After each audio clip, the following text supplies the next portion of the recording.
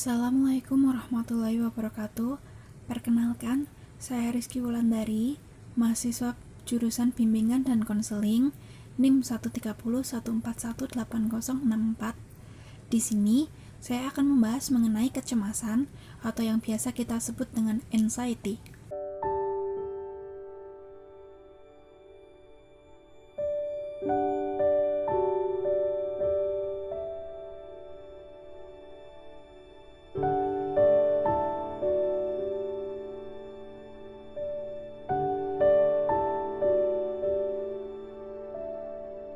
Setelah menonton video tersebut, kali ini kita akan membahas salah satu isu kesehatan mental, yaitu mengenai kecemasan. Kecemasan atau anxiety adalah kondisi emosi dengan timbulnya rasa tidak nyaman pada diri seseorang dan merupakan pengalaman yang samar-samar disertai dengan perasaan yang tidak berdaya serta tidak menentu yang disebabkan oleh suatu hal yang belum jelas. Jadi, kecemasan ini mirip dengan rasa takut, tetapi dengan fokus yang kurang spesifik. Sedangkan ketakutan biasanya kan merupakan respon terhadap beberapa ancaman secara langsung. Tapi kalau kecemasan ini ditandai oleh kekhawatiran tentang bahaya tidak terduga yang terletak di masa depan. Jadi, kecemasan merupakan keadaan emosional negatif yang ditandai dengan adanya firasat dan somatik ketegangan, seperti hati berdetak kencang, berkeringat, kesulitan bernafas. Individu yang mengalami gangguan kecemasan dapat memperlihatkan perilaku yang tidak lazim, seperti panik tanpa alasan, takut yang tidak beralasan terhadap objek atau kondisi kehidupan, melakukan tindakan berulang-ulang tanpa dapat dikendalikan, mengalami kembali peristiwa yang traumatik, atau rasa khawatir yang tidak dapat dijelaskan, atau rasa khawatir yang berlebihan. Selanjutnya adalah aspek-aspek kecemasan. Terdapat 3 aspek kecemasan. Aspek yang pertama yaitu perilaku, meliputi pusing, sakit kepala, tangan mengeluarkan keringat, menimbulkan rasa mual pada perut, mulut kering, serta grogi. Aspek yang kedua yaitu aspek kognitif. Aspek kognitif meliputi gangguan terhadap perhatian dan memori, rasa khawatir, ketidakteraturan dalam berpikir, dan bingung. Lalu aspek yang terakhir adalah aspek emosional. Aspek emosional itu sendiri meliputi timbulnya rasa panik dan rasa takut. Selanjutnya, kita akan membahas mengenai jenis-jenis kecemasan. Yang pertama, yaitu kecemasan neurosis. Kecemasan neurosis adalah rasa cemas akibat bahaya yang tidak diketahui. Kecemasan ini bukanlah ketakutan terhadap insting-insting itu sendiri, namun ketakutan terhadap hukuman yang mungkin terjadi jika suatu insting dipuaskan. Lalu, kecemasan yang kedua adalah kecemasan moral. Kecemasan ini dapat muncul karena kegagalan bersikap konsisten dengan apa yang mereka yakini benar secara moral. Kecemasan moral merupakan rasa takut terhadap suara hati. Kecemasan moral juga memiliki dasar dalam realitas di masa lampau. Seseorang individu pernah mendapat hukuman karena melanggar norma-norma dan dapat dihukum kembali. Yang ketiga, kecemasan realistik. Kecemasan realistik merupakan perasaan yang tidak menyenangkan dan tidak spesifik yang mencangkup kemungkinan bahaya itu sendiri. Kecemasan realistik merupakan rasa takut akan adanya bahaya-bahaya nyata yang berasal dari dunia luar. Selanjutnya, kita akan membahas mengenai gejala kecemasan. Yang pertama, kita akan merasa cemas, merasa khawatir, merasa tidak tenang, merasa ragu, dan bimbang. Lalu, yang kedua, kita akan memandang masa depan dengan rasa was-was atau rasa khawatir. Yang ketiga, kita akan kurang percaya diri. Kita bisa merasakan gugup apabila tampil di depan umum atau biasa disebut dengan demam panggung. Yang keempat, kita sering merasa tidak bersalah, tapi kita menyalahkan orang lain.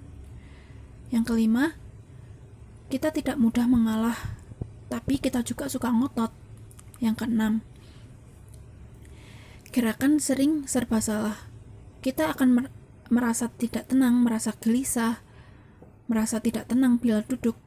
Lalu yang ketujuh, kita sering mengeluh ini itu, atau keluhan-keluhan somatik, khawatir berlebihan terhadap suatu penyakit atau terhadap hal-hal lainnya.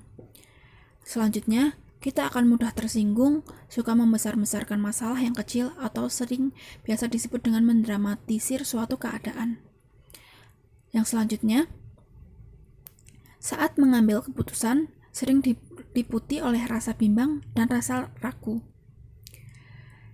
Yang ke-10, bila mengemukakan sesuatu atau bertanya, seringkali diulang-ulang.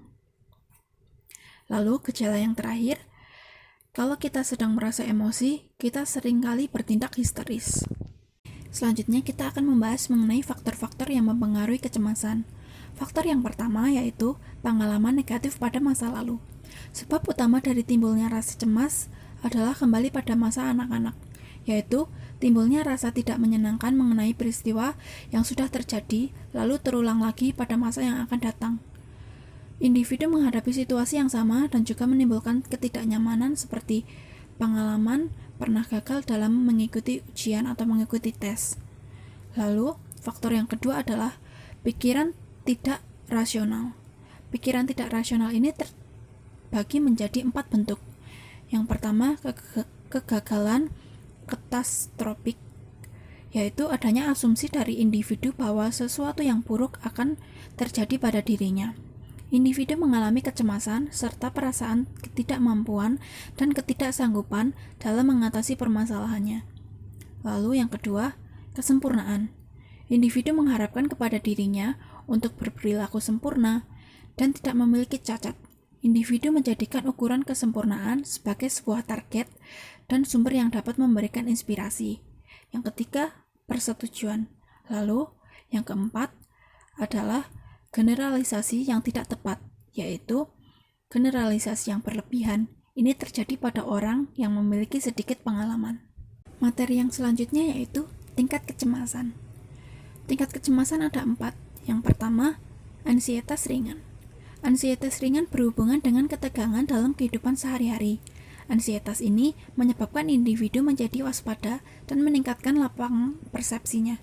Ansietas ini dapat memotivasi belajar dan menghasilkan pertumbuhan serta kreativitas. Yang kedua, ansietas sedang. Ansietas sedang memungkinkan individu untuk berfokus pada hal yang penting dan mengesampingkan yang lain. Ansietas ini mempersempit lapang persepsi individu. Dengan demikian, individu mengalami tidak perhatian yang selektif, namun dapat berfokus pada lebih banyak area diarahkan untuk melakukannya. Yang ketiga, ada ansietas berat.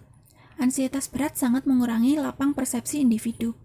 Individu cenderung berfokus pada sesuatu yang rinci dan spesifik, serta tidak berpikir tentang hal lain.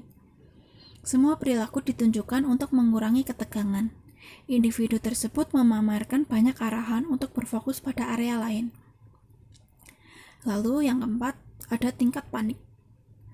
Tingkat panik berhubungan dengan terperangah, ketakutan, dan teror. Hal yang rinci terpecah dari proporsinya karena mengalami kehilangan kendali. Individu yang mengalami panik tidak mampu melakukan sesuatu walaupun dengan arahan. Panik mencangkup disorganisasi kepribadian dan menimbulkan peningkatan aktivitas motorik, menurunnya kemampuan untuk berhubungan dengan orang lain, persepsi yang menyimpang, dan keahlian pemikiran yang rasional. Selanjutnya, kita akan membahas mengenai cara mengatasi kecemasan. Cara yang pertama yang dapat kita lakukan untuk mengatasi kecemasan yaitu berpikir positif untuk menghilangkan rasa cemas. Satu hal yang bisa membuat rasa cemas dan depresi semakin memburuk adalah pikiran negatif. Pikiran negatif tentang diri sendiri atau lingkungan sekitar dapat memperburuk keadaan kita. Oleh karena itu, salah satu cara untuk mengatasi rasa cemas dan depresi adalah dengan berpikir positif. Lalu cara yang kedua adalah mengubah lifestyle menjadi lebih baik. Kita dapat melakukan kegiatan olahraga, tidur yang cukup, melakukan yoga, melakukan relaksasi atau meditasi. Kita juga bisa melakukan sesuatu yang disukai seperti menonton film atau jalan-jalan. Lalu cara yang ketiga yaitu mengkonsultasikan kepada psikolog atau psikiater. Apabila kita sudah merasa tidak nyaman, kita bisa langsung melakukan konsultasi pada psikolog atau psikiater agar dapat dilakukan diagnosa lebih lanjut dan dibantu dalam mengatasi masalah kecemasannya. Perlu diingat, kita tidak boleh melakukan self-diagnosis, karena itu dapat membahayakan diri kita sendiri. Itulah penjelasan mengenai materi kecemasan yang sudah saya sampaikan. Semoga materi ini dapat bermanfaat bagi kita semua. Saya pamit undur diri, apabila ada kesalahan saya mohon maaf. Wassalamualaikum warahmatullahi wabarakatuh.